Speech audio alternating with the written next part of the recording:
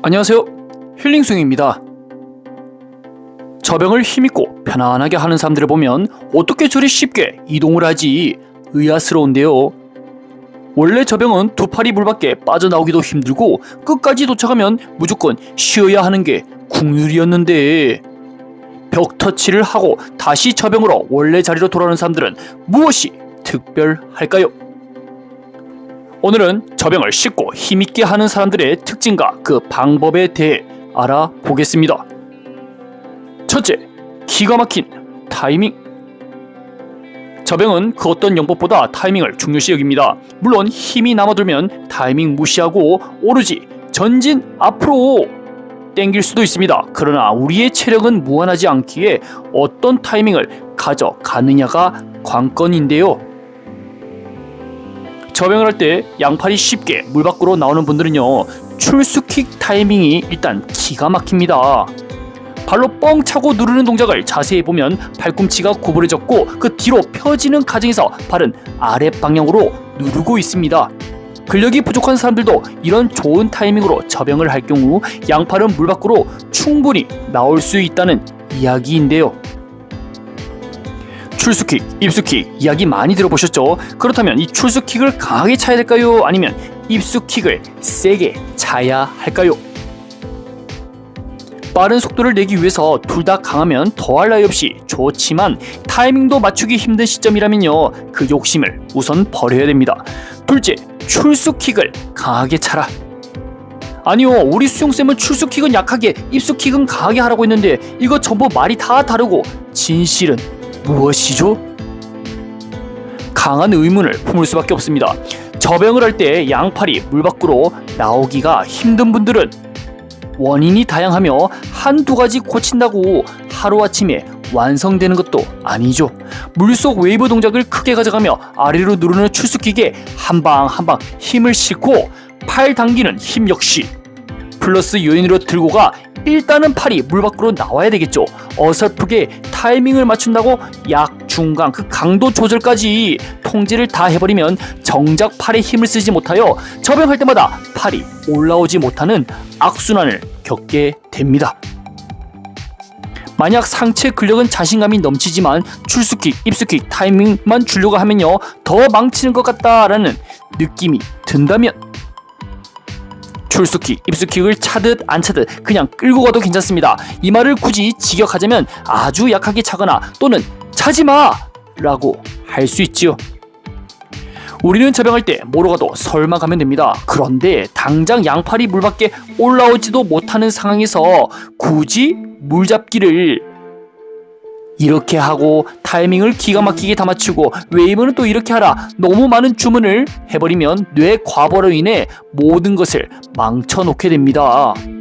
상대방이 가장 잘할 수 있는 부분에 집중하도록 최대한 심플하고 완주할 수 있는 그 기능에 중점을 두는 게 효율적이겠죠.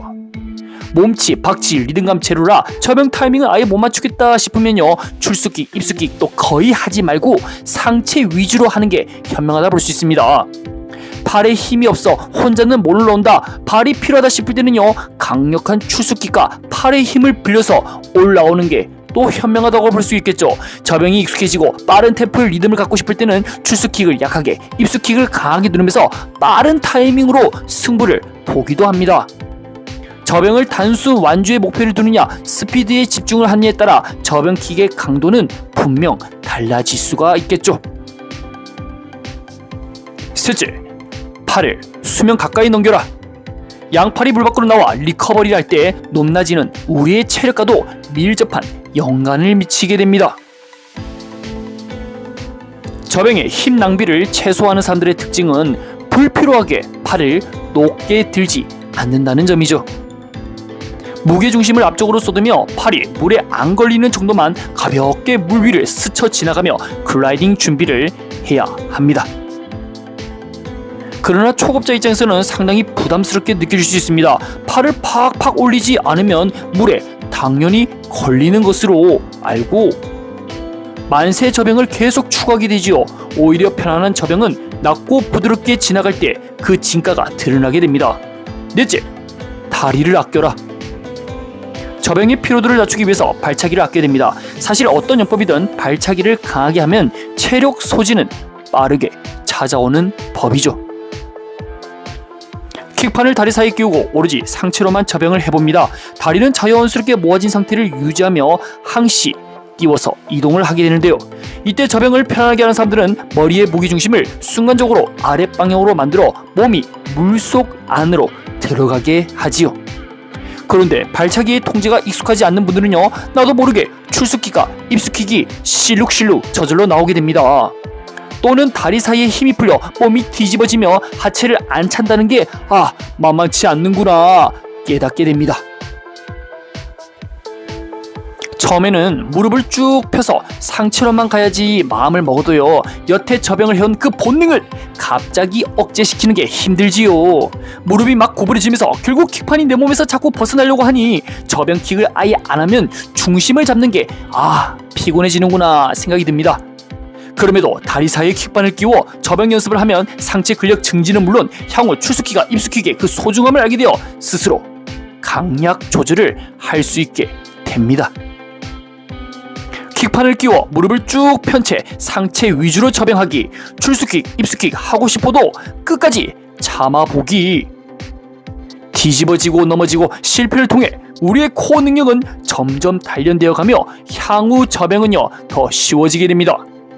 단순 팔로만 저병을 하면 그 한계치가 바로 느껴지니 다리를 제한시켜 강배근에 충분히 개입을 가도록 해야 진정 몸통으로 하는 저병을 이해하게 되지요. 5번째, 오리발에 의지하라. 저병을 할 때 자꾸 기다리라, 시간을 끌어라, 크로스입니다, 글라이딩을 길게 하라는 주문을 많이들 하지요. 저병을 잘하는 사람들처럼 글라이딩을 여유있게 가져가고 싶지만 몸이 자꾸 가라앉으니 이 팔, 다리는 급해지기 마련이죠.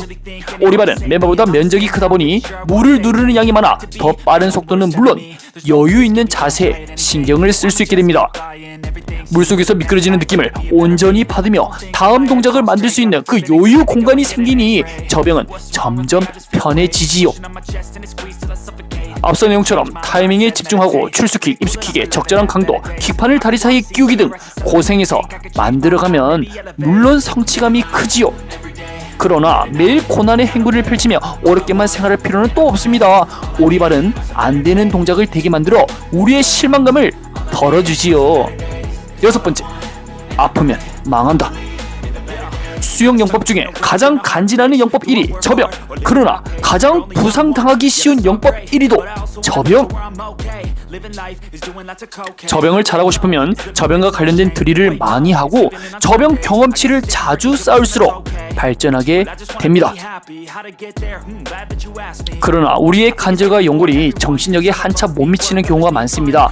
마음만큼은 펠프스처럼 물 위를 날아다니고 싶지만 실체는 물 위로 팔이 나오지 못하는 기장 죽방멸치와 닮아있지요. 조금 더 하면 나도 언젠가는 날 수 있어 희망 회로를 돌려보지만 항상 몸이 고장나봐야 그 소중함을 깨닫게 됩니다. 저병 열심히 하고 어깨 아픈 순간 그 즉시 모든 걸 중단해야 되는데요. 운동 후의 뻐근함은 회복이 잘 되지만 어깨 극상근의 파열은 하루 이틀이 지나도 회복이 안 되어 통증을 참고 합니다. 결국 병원에 가서 치료를 받는 그 순간부터 저병을 잘하기 위한 연습은 중단이 되는 것이죠. 어차피 수영장 가서 할 수 있는 것도 없고 수영장 수강료도 아깝고 하면 그달은 그냥 쭉 쉬어가게 됩니다. 나의 몸 상태를 알고 항상 연습에 접근해야 되겠죠. 수영쌤이 더 빠르게, 더 날렵하게, 플랫하게 를 외쳐도 나 그렇게 따라하면 한 달 쉬어야 한다, 절대 빡세게 못하지 하면서 웨이브를 충분히 넣으며 천천히 움직이는 전략도 괜찮습니다. 저병을 잘하고 싶은 마음은 본인이 그 누구보다 잘 알지만 부상을 입는 순간 모든 게 올 스탑이 되니 안 다치고 오래 하는 게 최고이죠. 선수들은 어릴 때부터 수영을 잘하기 위한 트레이닝이 충분히 되어 있기에 유연하고 강한 힘을 물 위에서 120% 쓸 수 있습니다. 뒤늦게 배운 도둑질이 무섭다고 선수들처럼 똑같이 저병법 내려다가 고장이 나는 것은요, 어느 수영장이든 그런 회원 꼭 있습니다. 관절 꺾기를 시도했는데 하나도 안 아프네, 이런 타고난 유연성과 뼈대들을 얼마든지 저병 연습을 하셔도 됩니다. 오늘은 저병을 쉽게 하는 사람들의 그 특징과 방법에 대해 알아봤습니다. 여러분들은 처병을 할 때 어떤 부분이 가장 어렵나요? 댓글 달아주시면 좋은 컨텐츠로 활용하겠습니다. 오늘 영상 시청해주셔서 감사합니다.